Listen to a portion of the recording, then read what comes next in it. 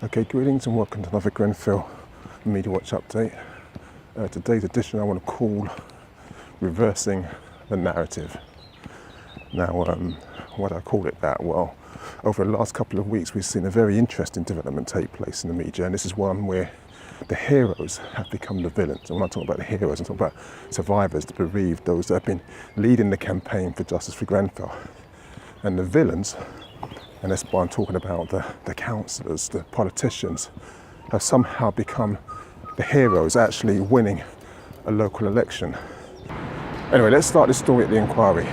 Now, last Thursday there was a meeting with the Prime Minister and some of the Grenfell survivors, and it's widely reported it was actually an abysmal meeting. It went terrible. But I know people often wonder, why do I keep going on about the power of art and its role in activism? Well, when the Prime Minister was actually handed a picture by a local artist, Mao, something happened. It was her face, not the picture, that became the eyesore, the final straw, which was the name of the picture. And who knows how the universe works, but the following day, there was reports of a U-turn. Yes, Theresa May finally decided, alongside Moore-Bick, and I'll get back to that later, that they were going to add additional 2 members to the inquiry panel. Now, I did start to wonder and think, why the U-turn? Now, of course, Theresa May's office is going to say that there was no U-turn. She always had it under consideration, and she just actually told us what she was thinking. But we know that her and Moore-Bick had discussions about this, because when we look at their correspondence, and you can go to the Home Office website, you can see that there's some coded language going on between them, something about Clause 7.2b of the Inquiries Act. And you take a look at this and dig a little bit deeper, and you find out, well, actually, what's happened is that, yes, Theresa May will suggest additional panel members to Moore-Bick for the inquiry, but he's the one who has the final say on whether he accepts them or not. And this changes the dynamic quite a bit. Moore-Bick is still in complete control. Check it up for yourself. The Guardian journalist Gary Young wrote something the other day about that the powerful only see tragedies like Windrush and Grenfell when it suits them. And he's 100% right. There are many people who would be tempted with a salary of £1,000 a day to long out the process, to do what we call shuffling paper. You've got to remember, Moore-Bick's not an expert in issues of justice for people or social housing. He's an expert in contract law. So one of the things he could quite simply do is complete phase 1, pick up £500,000, and then just interject delays into phase 2, arguments. He can actually ultimately step down, triggering off a new inquiry. And so the process of justice just never actually takes place. Now, the reality of the situation was that there was a large number of people involved in the massacre. And we're looking for the inquiry, we're looking for the police investigation. Yeah, we haven't forgotten about the police investigation. It's been very silent, hasn't it? To track all these people down. And the same gusto they came after young people with what they call joint enterprise. I think they should be using that same approach towards those involved in this situation. The doctrine of common purpose definitely applies here. Anyway, one of the good outcomes of this is that up and down the country there's been a kind of revolutionary shift in the way people think about housing. The public is actually starting to think about, what are the materials that are used inside a building? How would I escape if there's a fire? What are the accelerants that can actually increase the risk of harm? And it's really good to see the general public now become experts on these topics. The last time I saw this kind of zeal and energy about construction was when people learned about the risk of asbestos.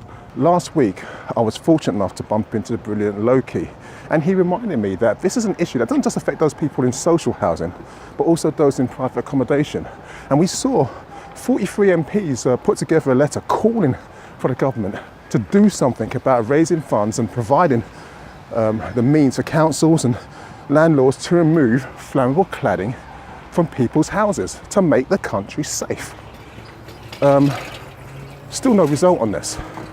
Anyway, like I said, May's U-turn doesn't actually make sense. Not until you consider, however, 1 year on, out of the 210 households that are affected by the Grenfell massacre, that even now, some 130 are still living in emergency or temporary accommodation. That is a national disgrace.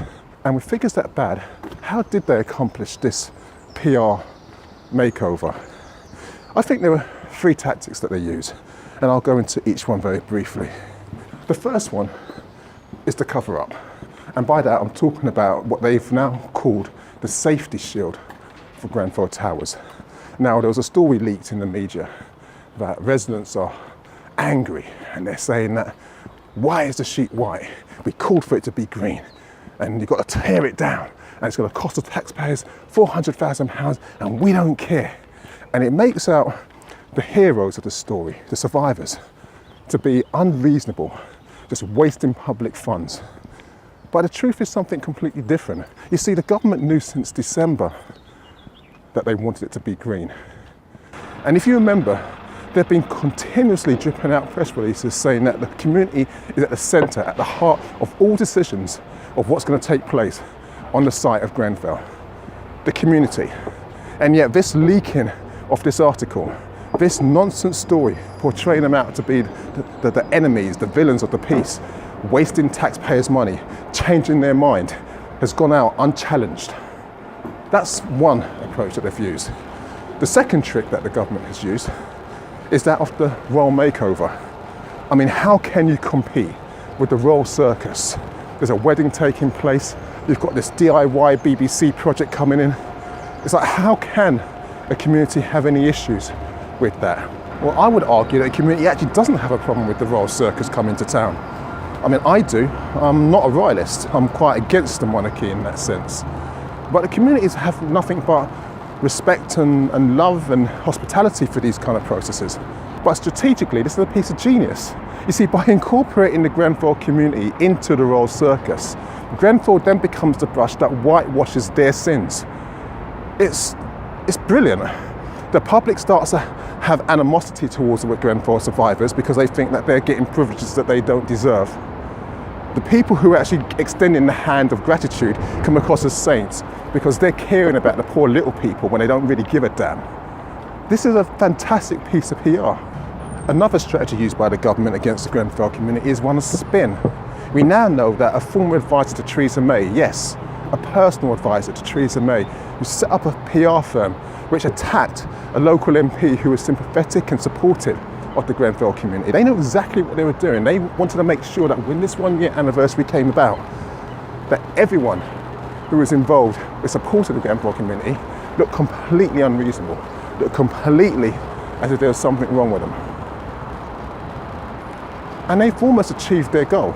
Anyway, I think I've come to the end of the road here, so I'm going to turn back around and focus on what people can actually do to support what's going on in the media over the last couple of weeks. Well, we know that there was a moving ceremony for the young children who've been dealing with trauma after having loved ones lost in Grenfell, and that was a nice touch. There's also been a zine published called Off the Block, which aims to keep Grenfell in the public eye. The Whitehall Ultras in Brighton dedicated their final game to the Justice for Grenfell campaign, and I want to really thank them as well for support. People aren't forgetting. The BBC has done a nice piece on the story of Marco and Gloria. These are two people who perished in the massacre, and their friends have actually put together a book which gives them a lovely ending, and that was a very nice sentimental piece. Today, The Guardian published a series of portraits covering those who lost their lives as a result of the Grenfell fire. But the paper once again irritates by using that fixed number of 71 when we know it's at least 72.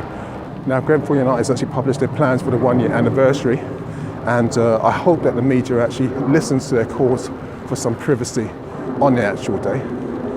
I want to also congratulate Justice for Grenfell, obviously Grenfell United, Grenfell Speaks, and all the numerous organisations, including the Wall of Truth, who are actually keeping the topic in the public light despite all the switching of narratives, all the PR that's been aimed against them. The forensic scrutiny of going through people's lives has been harrowing.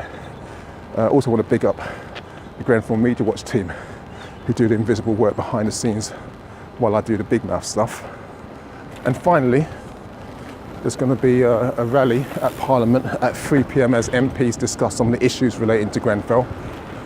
The silent walk will be taking place at 7 p.m, not 6 p.m. this month, starting from the Methodist Church at Lancaster Road. There'll be solidarity marches in, I think, Southampton and Birmingham. So thank you all for joining. Next month's going to be a difficult one. And all I can suggest is everyone keeps their eyes peeled, analyse every piece of media that you get, think it through, and let's reverse this narrative the other way again. We don't want the heroes becoming the villains and the villains becoming the heroes. And if you read some of the comments underneath many of the articles that are published on this topic, then the Grenfell community is really being demonised in a way that is quite disgraceful. Anyway, there was a comment that Carla said on Question Time last week. I don't trust anything that Theresa May says or does. It makes me wonder why he isn't actually on Question Time this week, seeing that it's taking place in Kensington. But hey, I'm not going to get into conspiracy theories. So let's close, as ever, on this beautiful spring day and say, may the ancestors continue to guide and protect us. Ashe.